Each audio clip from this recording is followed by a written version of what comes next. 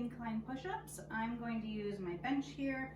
You can use a staircase or a countertop as well.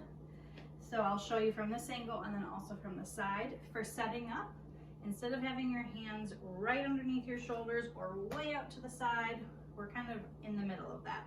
So my hands are a little bit wider than my shoulders.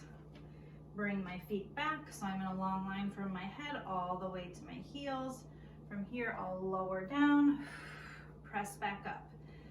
Depending on your height here, so the lower you are to the ground, the harder this will be. You can do a half push-up, so going through a range of motion here, or a little more intense, bring your chest all the way to your bench or countertop and then come back up. Let me show you from the side. So one other thing to be watchful of is when you set up, we talked about hand placement, but try not to have your shoulders way behind your wrists. So you want to be kind of on top of your hands here. The higher up your hands are, say you're on a countertop, you will be a little bit farther back, and that's fine. That'll feel more natural. But if you're lower, like on a bench or a box down here or a staircase, we just don't want to be way back here, okay? We want our elbows going back at a bit of a 45-degree angle.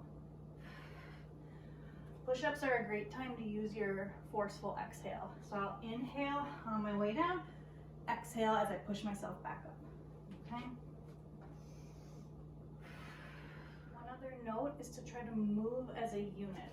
So we're in this nice plank position. We want to stay there as we lower down and as we come up.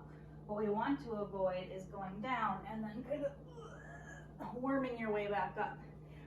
As you fatigue, it will be more difficult to come up in a unit, to come up in that plank position. So if you're on a lower, something like this, a bench, it doesn't really work on a countertop, but on a bench or a box or a stair, you can come down on your toes, drop to your knees, push back up. So as you get tired, you can always finish your reps that way.